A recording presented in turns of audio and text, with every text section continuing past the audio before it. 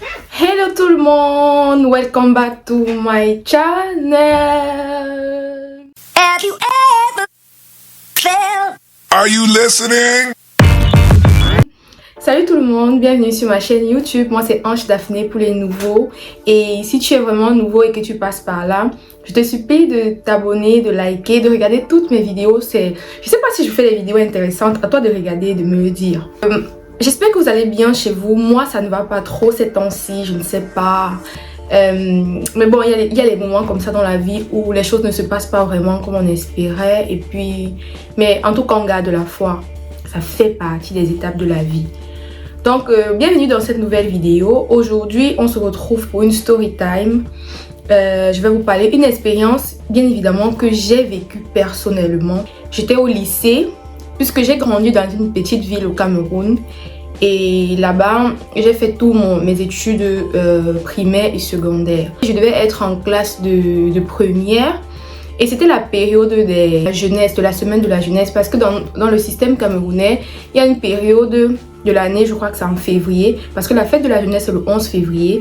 Du coup, toute cette semaine autour du 11 février ou bien pendant le 11 février, c'est vraiment une semaine dédiée à la jeunesse, c'est-à-dire on permet aux jeunes de mener différentes activités. Il y a des soirées culturelles pour les jeunes et tout. Pendant cette période-là, il n'y a pas vraiment cours quoi. C'est une période où les professeurs ne viennent pas vraiment. Et quand les professeurs viennent même, les élèves trouvent toujours une échappatoire pour aller faire leurs différentes activités qu'ils vont présenter pendant la soirée culturelle. Donc c'était un peu dans cet élan-là que voilà, un soir, après les cours, je suis allée en ville, parce que dans les petits villages au Cameroun, particulièrement dans le petit village où j'ai grandi, c'est genre, il y a une gare routière, et c'est genre vraiment pendant cette période où tout se passe quoi, où les jeunes se rencontrent, vous voyez un peu.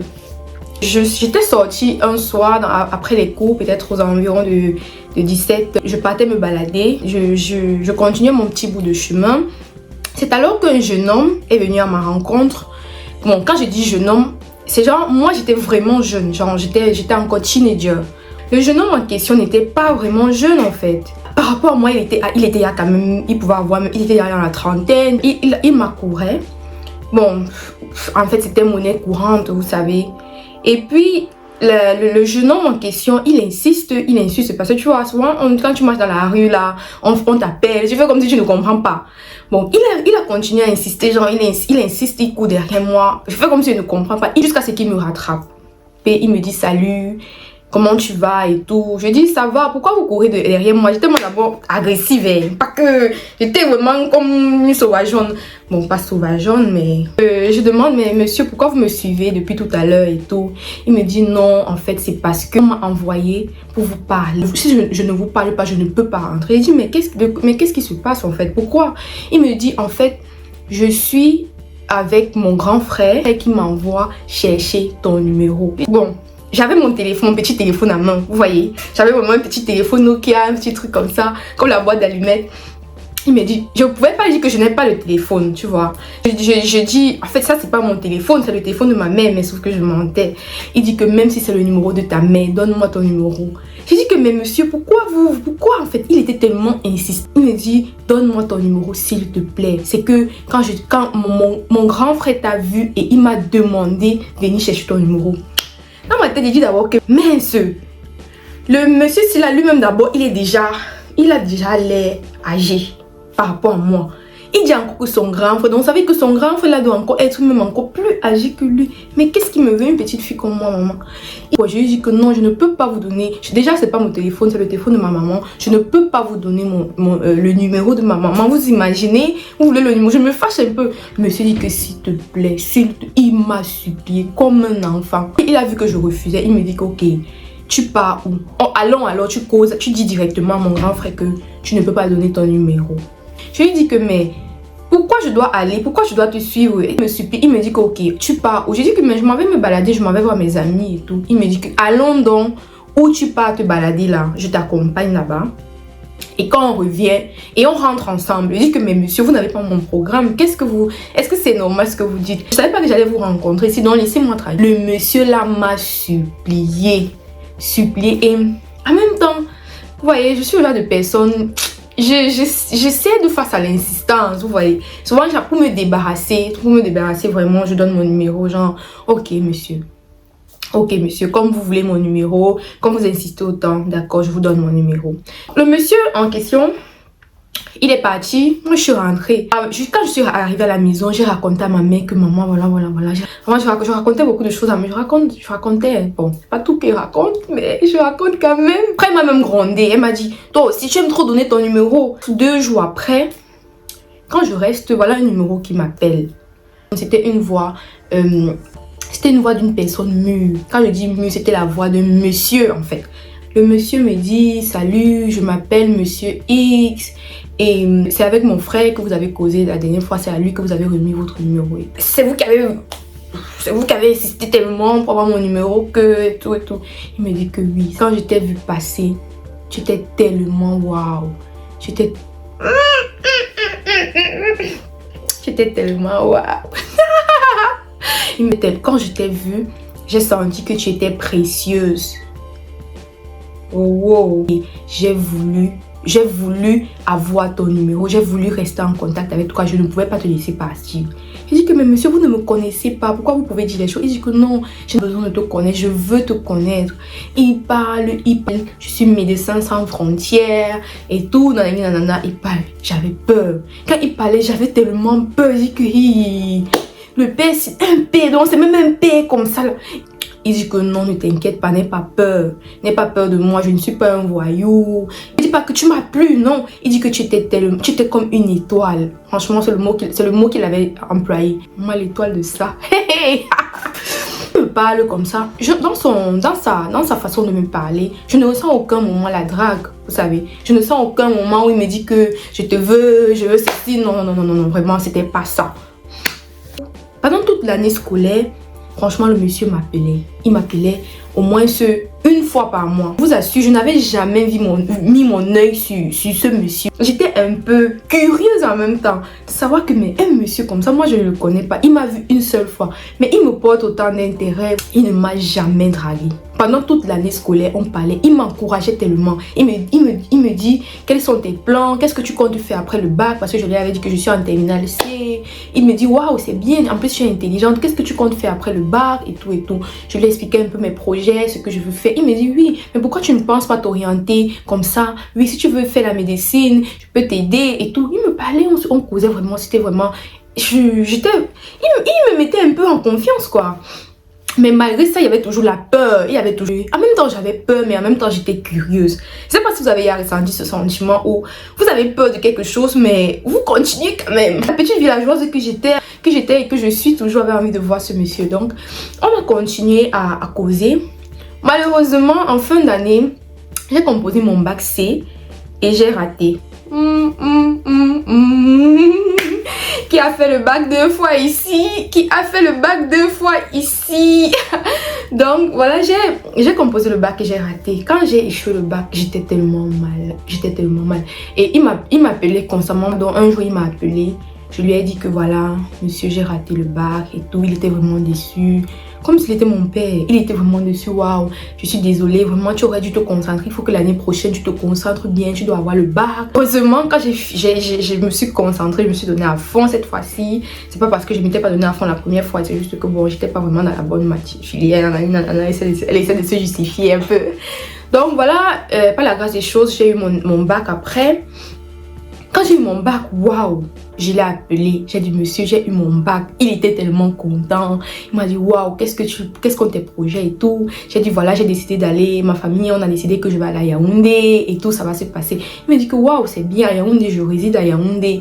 Quand je suis au Cameroun, je réside des fois à Yaoundé. Quand je m'étais inscrite à l'université, il a dit oui, c'est bien.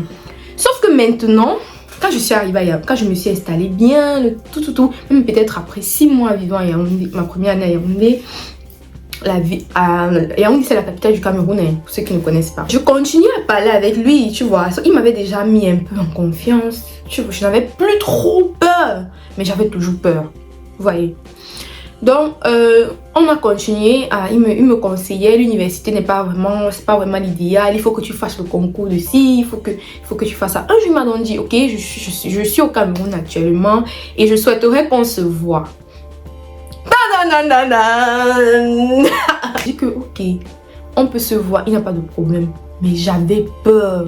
J'avais peur. La façon que j'avais peur, non. On s'était donné rendez-vous. C'était à Bastos. Dans un restaurant. Il m'avait dit tu viens au restaurant tel à Bastos. Donc Bastos c'est un quartier chic de Yaoundé. Pour ceux qui ne connaissent pas. Donc il m'a donné rendez-vous là-bas. Je suis partie. Vous savez ce que votre go a fait en partant au rendez-vous? Vous savez ce que j'ai fait en partant au rendez-vous? Partant au rendez-vous, j'ai pris ma Bible, gars. Regardez. Il y a même la poussière sur ça. En partant au rendez-vous, j'ai pris ma Bible. C'est la même Bible-ci. La même Bible-ci. Power. J'ai mis dans mon sac. J'ai pris la Bible, j'ai mis dans mon sac. J'ai pris le jujube, j'ai mis dans mon sac. J'étais armée. J'étais armée. Oui, j'étais armée. Donc c'est comme ça que je m'avais au rendez-vous. J'étais d'abord mingili comme ça là. Il n'était pas encore beaucoup comme maintenant là. Le restaurant d'abord, maman. J'étais entrée dans le genre d'endroit là où je connaissais. J'étais comme une petite villageoise. Mais j'avais mon sac bien accroché, ma Bible. J'étais timide alors. Je vois un monsieur assis. Hey! Il me dit c'est toi Ange? Je dis oui. Désolé pour le retard, il y avait les embouteillages et tout. Il n'y avait pas les embouteillages. J'avais pris un peu de temps pour faire le make-up. Un make-up maman. Hey! J'avais encore la photo. Oh. Je m'assois. Toute tremblante. Quand je suis d'abord arrivée, j'ai vu le monsieur. Quand j'ai mis mon œil, mes yeux enfin sur le visage du monsieur là, j'ai dit, vous voyez un peu, vous voyez l'autorité. En fait, vous savez qu'il y a des gens que quand vous les voyez, ils envoient une certaine autorité. Les gens qui vous emmènent, qui vous poussent à les respecter. Il y a le monsieur là, il a renvoyé une certaine autorité. Une certaine odeur. Quand tu le voyais, c'est moi la veste qu'il avait portée. Non, tu sentais que c'est pas la veste de mon colo. C'est pas les vestes. Le monsieur avait d'abord la peau. Mais seulement, je m'attendais pas. Le monsieur il avoisinait la cinquantaine en fait. Il était déjà dans la cinquantaine, même si je peux dire ça comme ça. Alors, il me dit, qu'est-ce que tu veux manger? Je dis que non, je ne veux pas moi manger. Je ne veux pas. J'avais peur, maman. Que si en partant manger là, il met quelque chose dans ma nourriture, je veux dire quoi à qui? Mais j'étais quand même venue. Hey, une personne qui a peur, mais elle vient quand même. Non, il faut me respecter. Enfin, tu bois quoi? J'ai dit, je veux boire le top. Je veux boire le jus d'ananas en fait. Moi quand il disait le jus d'ananas, c'était pour qu'on amène ma bouteille, on décapsule devant moi, on met dans le verre devant moi, je bois. Mais comme c'était un restaurant chic, quand j'ai dit que je veux le jus d'ananas, le gars est venu avec le jus naturel d'ananas qu'il avait pressé. Mais je ne voulais pas boire. Parce que j'avais peur en fait. Mais ils ont apprécié. Ils ont mis. Mais en même temps aussi, je voulais pas paraître. Comment on dit? On dit quoi? Complaisante ou bien incomplaisante. Je sais pas trop. Bon. Mal éduquée, je serrais mon sac, ma Bible sur mon ventre comme ça là. Je serrais. Je regarde le monsieur là comme ça. Je dis que mais dans ma tête, ça se posait 1001 questions. Demande au monsieur là que mais monsieur. Pourquoi vous avez insisté pendant tout ce temps à vouloir parler avec moi, une petite fille que vous ne connaissez pas? Je t'ai toujours dit, quand je t'ai vu, tu m'as frappé, ton étoile m'a frappé et je me suis dit que voilà, il fallait que je parle avec toi, que j'apprenne à mieux te connaître. On ne sait jamais, on peut vivre, on ne sait jamais les relations, où ça mène, commencer à me parler. Sortir le français, un français vraiment soutenu et tout, mais vraiment pas indiscret. Et il me dit, je ne veux pas te forcer à faire quoi que ce soit. Mais je demande au monsieur que, monsieur, vous avez les enfants? Il me dit que oui, j'ai les enfants, mais ils ne vivent pas ici. Donc, il avait les enfants, mais il vivait à l'étranger. Ses enfants étaient à l'étranger. Je lui dis que, monsieur, vous n'êtes pas marié. Il me dit que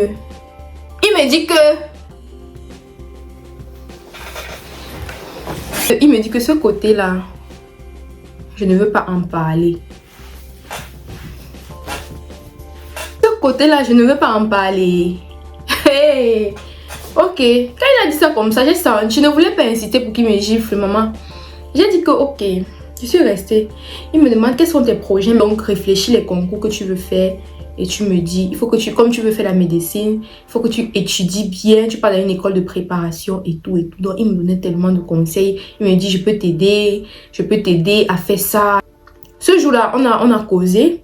Après, il se faisait tard. J'ai dit, donc, monsieur, je dois rentrer. Il me dit, ok, je m'en vais t'accompagner. Il me dit, bon, tu sais, je n'habite pas très loin d'ici. Si tu veux, tu peux d'abord partir voir tu peux venir avec moi voir où j'habite. Et après, je m'en vais te laisser. J'ai dit que non, monsieur, il se fait tard. Maman, je pouvais partir. Donc, si c'était qu'il voulait maintenant faire son coup fatal là-bas, qu'on part un peu, je t'accompagne, tu vois un peu où je suis avant que j'attende. Non, qui? Donc, c'est comme ça que j'ai dit, je suis désolée, peut-être une prochaine fois.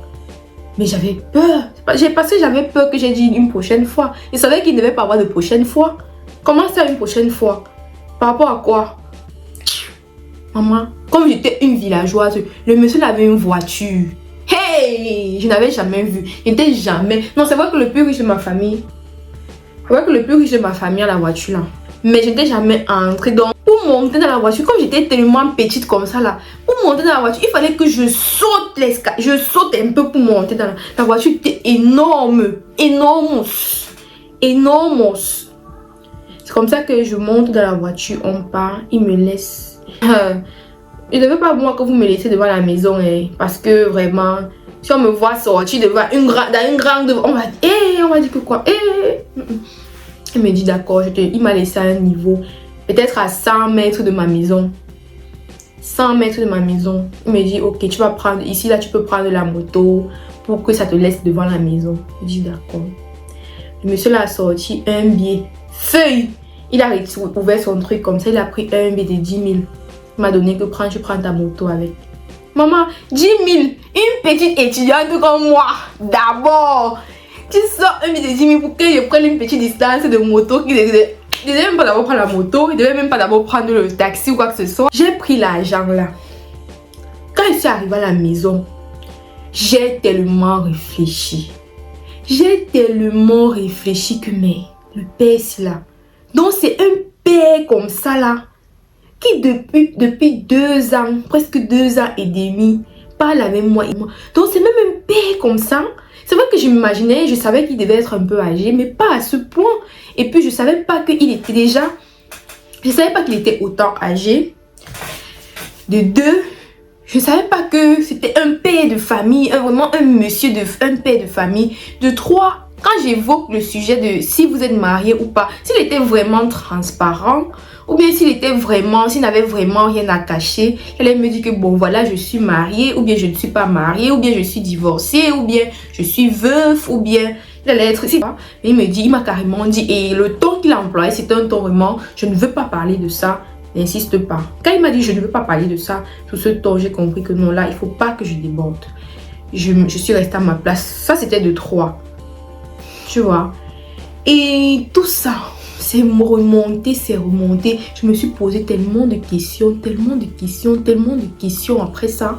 C'est vrai que le monsieur m'avait... Si j'étais une fille peut-être qui avait les longs yeux, vous voyez. Si j'avais les longs yeux, je crois que je devais peut-être m'accrocher. Il me dit que parce qu'il m'avait promis tellement de choses. Vous voyez, une jeune fille qui vient d'avoir le bac, qui entre à l'université, qui tombe dans la voiture, la façon qu'il est, le truc en fait. Il avait tout de quelqu'un. Vous voyez, le sugar daddy. Tu vois, il avait tout du sugar daddy quoi. Donc c'est que, après ça, j'ai continué. Il m'a dit qu'il devait voyager et il devait revenir peut-être dans 1 mois ou 2 mois, je sais plus trop. Mais il continuait à m'appeler constamment pour savoir si ça va. Si j'avais les longs yeux, je devais profiter. Je devais essayer de profiter de lui.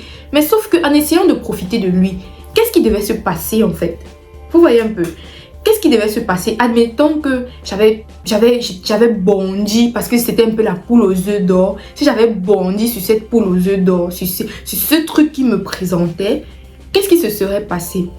En fait, des fois, je me pose les questions, mais vraiment, je suis restée dans je suis restée, j'ai fait un examen.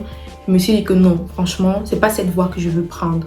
Parce qu'il est clair qu'on va pas se mentir. Un monsieur comme ça, une petite fille qui ne connaît pas, il insiste.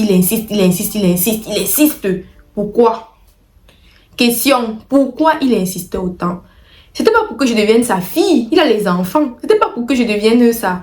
Clairement, il voulait profiter, peut-être, je sais pas, de façon mystique ou quoi que ce soit. Il voulait avoir quelque chose avec moi. C'était clair, c'était évident. Vous voyez, sauf qu'après, j'ai choisi, je me suis dit que non, c'est pas ma voie, ce n'est pas pour moi. Et peu importe les avantages qu'il a, je me suis dit non, franchement, ce n'est pas pour moi. Ça, ce n'est pas mon chemin, ça n'a rien à voir avec moi, ça n'a rien à voir avec ce que les valeurs qu'on m'a transmises. Non. Franchement, je suis très loin de ça. Je suis très loin de ça. Donc, c'est comme ça que un matin, j'ai pris mon courage à deux mains. Je l'ai appelé. Il était revenu, il fallait qu'on se voie.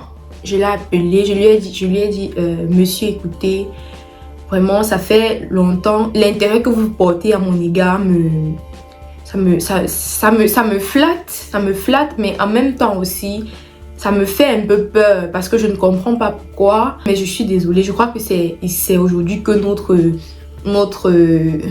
amitié doit prendre fin parce que le monsieur n'a pas beaucoup insisté. Il m'a juste dit d'accord, c'est bien dommage, ta décision est bien dommage, mais si c'est ce que tu veux, je ne peux pas aller à l'encontre de ta volonté. Je te souhaite beaucoup de courage dans ta vie, beaucoup de courage pour tes projets et tout. Et c'est comme ça que j'ai effacé son numéro et je l'ai bloqué. Et c'est fini, l'histoire est finie. Bon, vous voulez savoir ce que j'avais fait les 10 000 là. Bon, les 10 000 là, je n'avais pas mangé ça. Non. Les 10 000 là, vous savez ce que j'avais fait de ça. Ah ouais, je dois vous rassurer qu'à l'époque, 10 000 c'était beaucoup. 10 000 c'était beaucoup. Quand j'étais au Cameroun, quand j'étais au lycée, je faisais la chorale des jeunes. Et je devais envoyer ma fête de récolte, vous savez. Je devais envoyer ma fête de récolte. Donc l'argent là, j'ai envoyé pour ma fête de récolte, la fête, et puis c'était tout. J'ai dit que si c'est que les 10 000 là, c'était pour, il avait travaillé sur ça ou bien. C'est dans la maison de Dieu que ça va partir. Donc j'avais pris l'argent là, j'avais envoyé ça dans ma paroisse d'église. Là-bas. Non. Même s'il a fait n'importe quoi sur ça, ça va pas m'attraper. Bon, je sais pas si c'est qu'il avait... Donc voilà en gros l'histoire avec mon sugar daddy qui voulait me... Vous voyez, non. C'est vrai qu'aujourd'hui je me pose beaucoup de questions, même jusqu'aujourd'hui. Et il y a une chose qui est surprenante, c'est que aujourd'hui, je vous assure, je ne me souviens plus du nom de ce monsieur. Vous pouvez croire ça? Un monsieur que j'ai fréquenté, avec qui j'ai communiqué pendant presque 3 ans, 2 ans et demi. Mais aujourd'hui, je ne me souviens, ça fait peut-être, depuis même, j'ai oublié, une fois que j'ai coupé les ponts avec le monsieur là, j'ai oublié son nom. Vous pouvez croire ça? Des fois, j'essaie de me rappeler, mais j'ai oublié le nom du monsieur en fait. Et dites-moi un peu qu'est-ce que vous en pensez de l'histoire. Si j'avais fait le bon choix ou bien j'aurais dû aller profiter de lui parce que ce ne sont pas tous les sugar daddy qui sont des sorciers. Ou bien si c'est que c'était un sorcier ou bien. Donc vraiment, dites-moi un peu en commentaire ce que vous en pensez. Merci d'avoir regardé ma vidéo jusqu'à la fin. Je vous remercie pour votre soutien sur ma chaîne. Je vous remercie pour vos commentaires, pour vos abonnements, pour vos likes. Surtout, n'oubliez pas de liker, de commenter, de partager cette vidéo pour me donner de la force. Donc, on se retrouve à bientôt pour une nouvelle vidéo. D'ici là, prenez soin de vous, profitez du soleil. Il fait beau dehors.